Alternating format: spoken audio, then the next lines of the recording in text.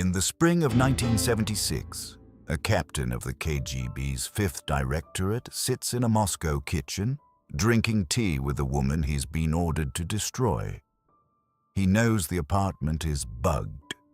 He bugged it himself. And tonight, before he leaves, he will whisper 4 words into her ear that will save her life. His name is Viktor Alexeyevich Orekhov. He is 28 years old, and he has just realized he is in love with the enemy of the state.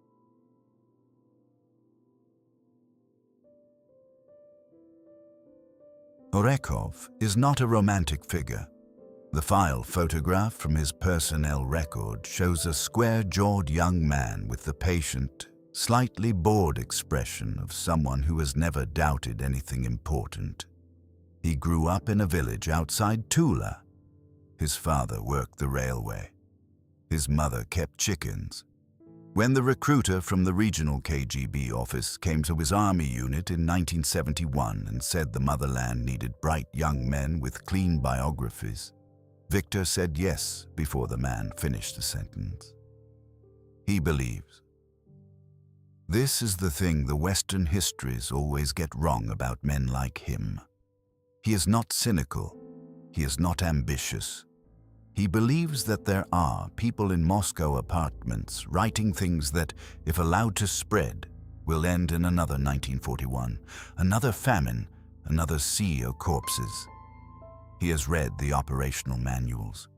He understands that the dissident is not a writer or a thinker, but a virus, and that his job, the 5th Directorate's job, is quiet immunology. He takes his tea without sugar. He has a habit, when thinking, of lining up small objects on his desk, a pen, a coin, an eraser, without noticing he's doing it. He reads operational manuals the way other men read novels, for the feeling of order they produce afterward.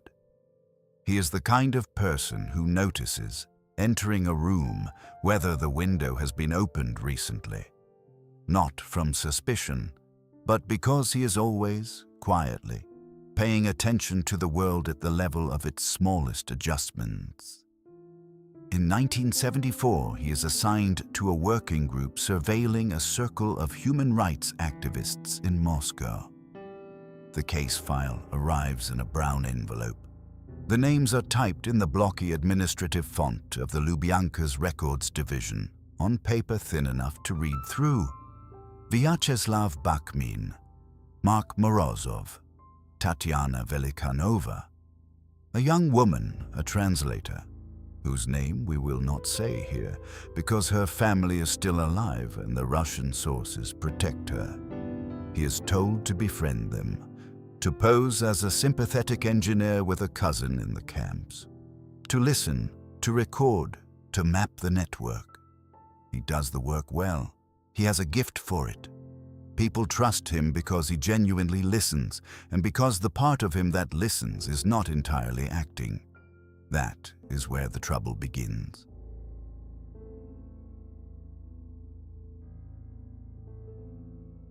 The first time Orekhov breaks the rules, he does not know he is breaking them. It is autumn 1975. He is sitting in a kitchen on Profsoyuznaya Street. The translator is reading aloud from a samizdat manuscript, a chapter of something Sakharov has written about conscience.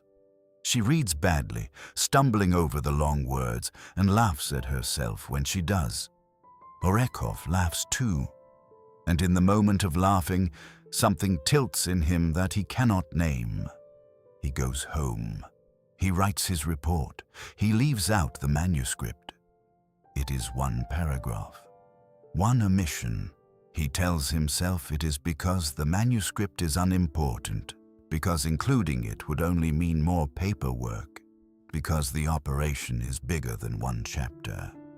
He does not tell himself the truth, which is that he could not bear the thought of her being arrested for laughing at her own bad reading. The next month, he leaves out a name. The month after that, he warns a man named Mark Morozov in a single sentence on a tram platform that his apartment is about to be searched. Morozov stares at him. Orekov gets off at the next stop and walks for 2 hours in the cold, sweating through his coat. He understands what he has become. He has no word for it yet, but he understands. By the spring of 1976, he is leading a double life so precise it has the geometry of a watchmaker's interior. In the Lubyanka, he files reports that are technically truthful and operationally useless. In the kitchens of his targets, he passes warnings, dates of searches, names of informants, which phone lines are tapped, which friends are not really friends. He never writes anything down. He never accepts anything.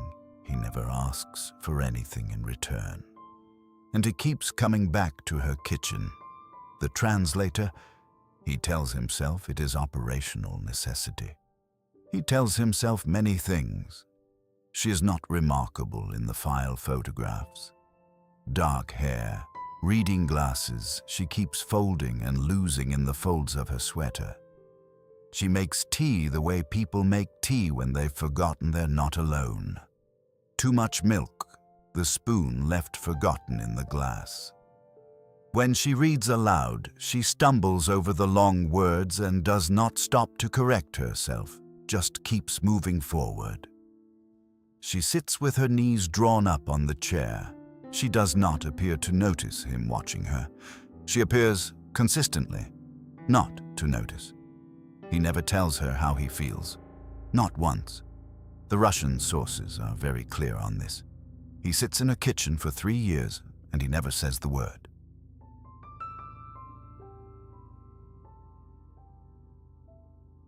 In the summer of 1977, Orekov begins doing something that, by the standards of his service, is not merely treason, but a kind of madness. He starts photographing operational documents, not to give to the Americans. He has no contact with the Americans and never seeks one. He photographs them to give to the dissidents themselves. Lists of who is about to be arrested, transcripts of who has informed on whom, the internal language of the Fifth Directorate's war against its own citizens. He uses a small camera he has signed out for a different operation. He develops the film in his own bathroom. He delivers the prints in a folded newspaper left on a specific bench in a specific park on Thursdays. He has stopped believing he will survive this. The Russian memoirs all note the same detail. In the last year, his hands begin to tremble slightly when he holds a cup. Not from fear, from the constant low-voltage current of a man who has decided and has not yet been caught. She knows. This is the part the English language histories have never told. She knows what he is, almost from the beginning, Bakhmin will say, decades later, that the circle suspected him within months and decided, by silent vote, to keep him close. She pours his tea. She reads to him. She lets him fall in love with the life he is supposed to be cataloguing for destruction. She is not cruel. She is simply braver than he is, and she has understood something he has not, that the only way to turn a Fifth Directorate captain is to let him see slowly what he is killing. He is caught in 1978. 2 men in identical gray coats arrive on a Tuesday morning. Orekov can hear rain against the ventilation shaft above his office door as they read out the charges. A dissident under interrogation, broken by a long night, had mentioned a warning that could only have come from inside. The investigators worked backward through the access lists. There were not many candidates. There was, in the end, only one. They sentence him to 8 years in a strict regime camp. Here is the detail the Western coverage never includes. At the trial, a closed military tribunal, no spectators, no press, Orekov is asked formally whether he acted out of ideological conviction or for money. or under foreign influence. He is given the standard menu of confessions. He refuses all of them. He says, according to the transcript fragment preserved in the Memorial Archive, only this: I came to know them as people. After that, I could not continue. He does not name her. He does not name anyone. He goes to the camp.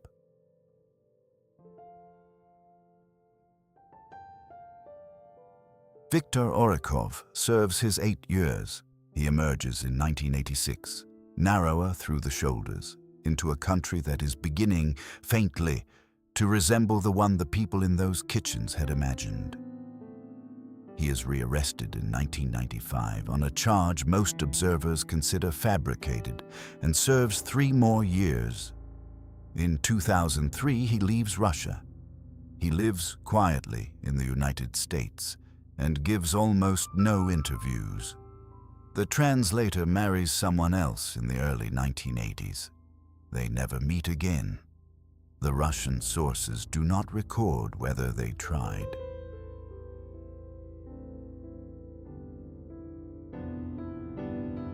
There is a temptation, watching a story like this, to call Orekov a hero or a traitor or a fool and to file him accordingly. The Russian memoirists who knew him resist all 3 words. Bakhmin, who owes him at least 1 arrest avoided and possibly his life, says something stranger in the Mediazona interview. He says, Orekov did not change his mind about communism or about the Soviet state or about any abstraction at all. He changed his mind about the people across the table. That was the entire conversion.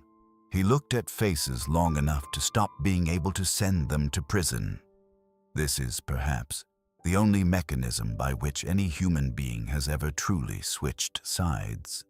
Not argument, not evidence, not ideology, proximity. The slow, unbearable accumulation of a particular laugh, a particular way of stumbling over long words, a particular kitchen in autumn light. Every system that needs to do harm at scale understands this. That is why such systems work very hard to keep their officers from sitting too long in the kitchens of the people they are meant to destroy.